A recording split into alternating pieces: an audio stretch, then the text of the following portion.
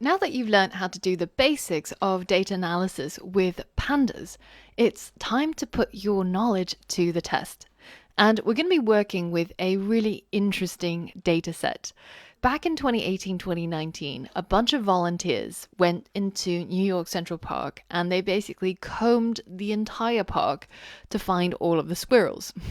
So this resulted in a huge data set of squirrels, squirrel numbers, squirrel fur color, and a whole bunch of other things. And all of this data can be found on the New York City Open Data website, which we'll link to in the course resources.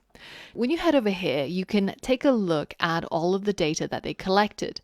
If you take a look at all of the columns in this data set and click Show All, you can see they've logged the location of each of the squirrels. They gave each squirrel a unique ID. They evaluated whether if the squirrel was an adult or a juvenile, and they looked at what the primary fur color was. So it could be gray, cinnamon, which is red, or black. Now, if you scroll down, there's actually a really interesting visualization of this data where they've plotted all of the squirrels onto a map of Central Park. So you can take a look at the distribution of the squirrel population in Central Park. So you can see where the red squirrels are, where the gray ones are, and where the black ones are.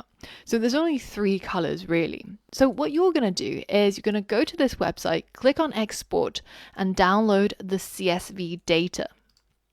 Now, once you do that, you'll end up with a 2018 Central Park squirrel data, like this. Now, you're going to pull that data into your Day 25 project folder and click Refactor to move it in. And you can see this is a lot bigger than what ever data we had before.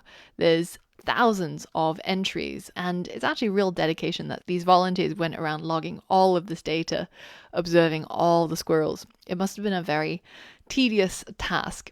But now that somebody else has carried out the hard part, we can do some data analysis on that data. So I want you to comment out everything that you got so far in your Day 25 project. And the goal is for you to use that data and use what you've learned about Pandas to be able to create a CSV that's called Squirrel Count that has a small table which just contains the fur color. So there's only 3 fur colors and they're logged under the primary fur color column. And it can either basically be gray, cinnamon, which is red, or black. There's only 3 possible values in that column. Now, what you're going to do is you're going to figure out how many gray squirrels there are in total, how many cinnamon ones, and how many black ones based on that primary fur color column. And then you're going to take that data and build a new data frame from it, and using that, create this final CSV using Pandas. Now that you know what you need to do, have a think about the problem and see if you can complete this challenge. Pause the video now. All right, if you've commented out the line where you've imported Pandas, then you'll obviously have to do that again. So let's think about what we want to do. We want to isolate the column, which is the primary fur color. And if it helps you, you can actually better visualize the data on this website where they've got a table preview. So you can see that here is the primary fur color, and you can see the colors that have been logged. So our goal is to somehow get hold of this data series, which contains this entire column, figure out how many of them are gray, how many of them are black, and how many are cinnamon. How do we do this? Well, firstly, let's get hold of our data. So we're going to use our pandas.readCSV method, and then we're going to direct it towards this 2018 Central Park Squirrel Census data. Now, if you want, you can actually right-click, refactor, and rename it to something a little bit shorter. But because I know that PyCharm will actually fill this in for me, as long as I start out with a string, and that file is in the same folder, it'll actually type it all out. If I just hit enter, then it doesn't really matter. But of course, make sure that you don't have any typos in here if you're typing it out, because otherwise when you hit run, you're going to get a whole bunch of error text inside your console. So once I've successfully read that CSV, I've now got a data frame.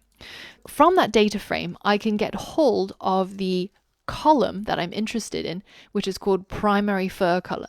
Now, because it's got spaces, it's easier to access that data by using a square bracket and then putting in the name of that column like this. This is one of the methods that we showed you.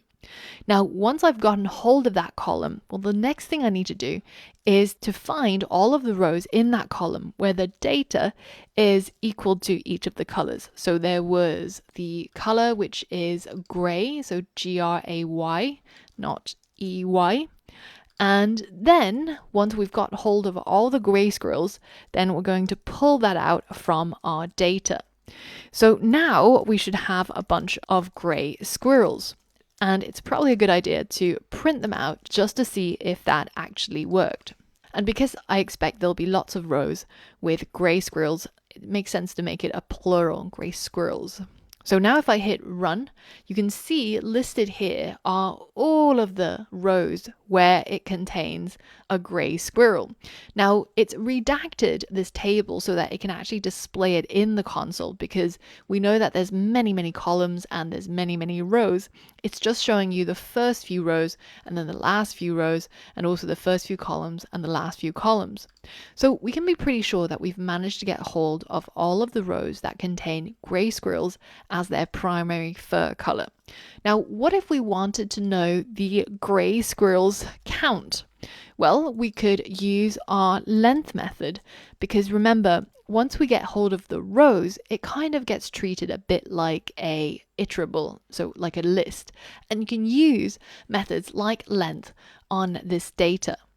So now if we print gray squirrels count, you can see that we've got a total of 2,473 gray squirrels. So now all I need to do is to repeat this process for the other colored squirrels. So I'm going to call it a red squirrel, even though theoretically their fur color is cinnamon. So I'm just going to copy and paste that in there in case I make any typos. And the final squirrel is the black squirrel.